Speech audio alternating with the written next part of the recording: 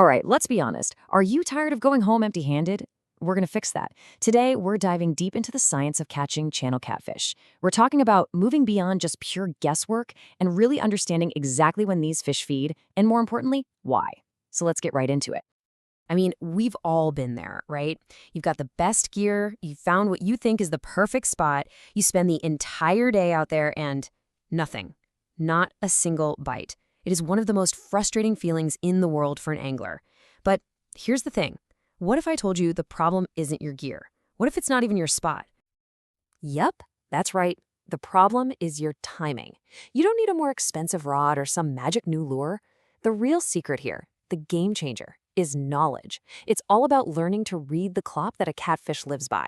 And trust me, once you crack that code, everything, and I mean everything, changes. All right, let's get into the good stuff. If you want to outsmart a fish, you got to learn to think like a fish. And that's the core secret right here. The most important first step is to totally forget our human 9-to-5 schedule and start thinking like a catfish. And that brings us to maybe the single most important concept you need to grasp. Channel catfish are what we call opportunistic feeders. This is the absolute key. See, unlike you and me, they don't have breakfast, lunch, and dinner. Their whole world, their whole schedule, is dictated by signals from their environment, triggers that tell them when it's safe and easy to go grab a meal. So what are those triggers? Well, it pretty much boils down to these 4 big things. First, water temperature. Think of it like their gas pedal. If it's in that sweet spot between 60 and 85 degrees, they're active. Then you've got light levels. They really prefer low light. It makes them feel safe. Of course, they need well-oxygenated water to breathe. And probably the most obvious one, they follow the food. You get a handle on these 4 factors, and believe me, you are well on your way. Okay, so we've covered the why. Now let's get to the when. This is where the rubber meets the road, where we turn all this fish science into a real, practical schedule you can use on your very next trip. If you look at a typical 24-hour day, a really clear pattern emerges. You see these 2 windows of opportunity, right? Dawn and dusk. Those low-light times are when catfish feel confident enough to move out of their deep, safe spots and cruise the shallows to hunt. Midday, especially when it's hot, things slow way down.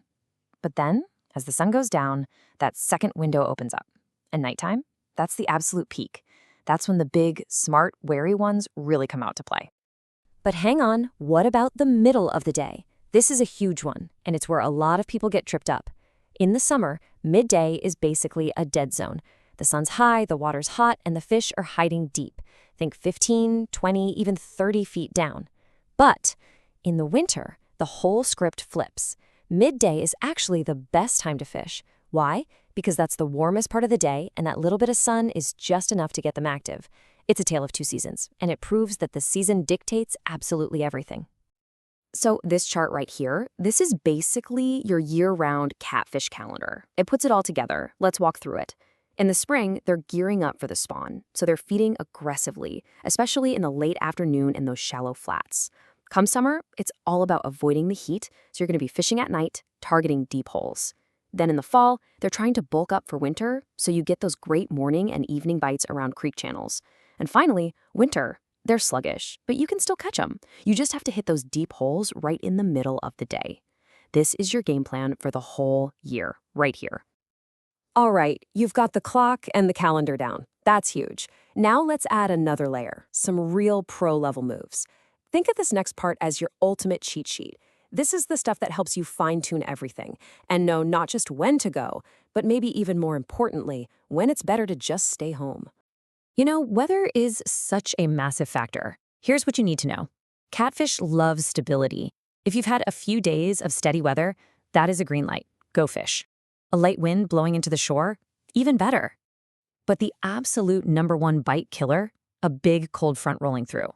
The pressure just tanks, and it can shut the bite down completely for a day, maybe even 2. So if you see that on the forecast, maybe it's a good day to organize your tackle box instead. Okay, let's finish up with 5 quick pro tips that'll really give you an edge. #1, always follow the food. Find where the bait fish are and the catfish won't be far away. #2, scent is king. Don't be shy with stinky baits. Their sense of smell is just incredible. 3, adjust your depth. We talked about this. Deep in summer, shallow in spring and fall. 4, and this is one people forget, watch the moon. New and full moons can seriously ramp up that nighttime activity. And finally, number 5, be quiet. They can feel you stomping around on the bank. Those vibrations travel right through the ground into the water. All right, so we've covered a ton of ground. Let's put it all to the ultimate test with a real-world scenario. Let's say life is busy, right? You don't have all day to fish. You have exactly 2 hours, a single 2-hour window to make it happen. Based on everything we've just talked about, when is the absolute highest percentage time to go? And there's your answer. The last hour of daylight and the first hour of complete darkness. This is, without a doubt, the single most valuable piece of timing advice you can get. Why? Because it captures that perfect transition. You get your spot and set up while you can still see, and then you're perfectly positioned and ready to go right as that primetime aggressive feeding window kicks into high gear. It's your golden ticket, right there. So now, the next time you head out to the water, you're not just crossing your fingers and hoping for the best. You're going in armed with a real strategy. You understand the science of timing. But that just brings up the next big question, doesn't it? You know when to fish, but do you know what to use? What should you have on the end of that line? Well, that sounds like a great topic for another time.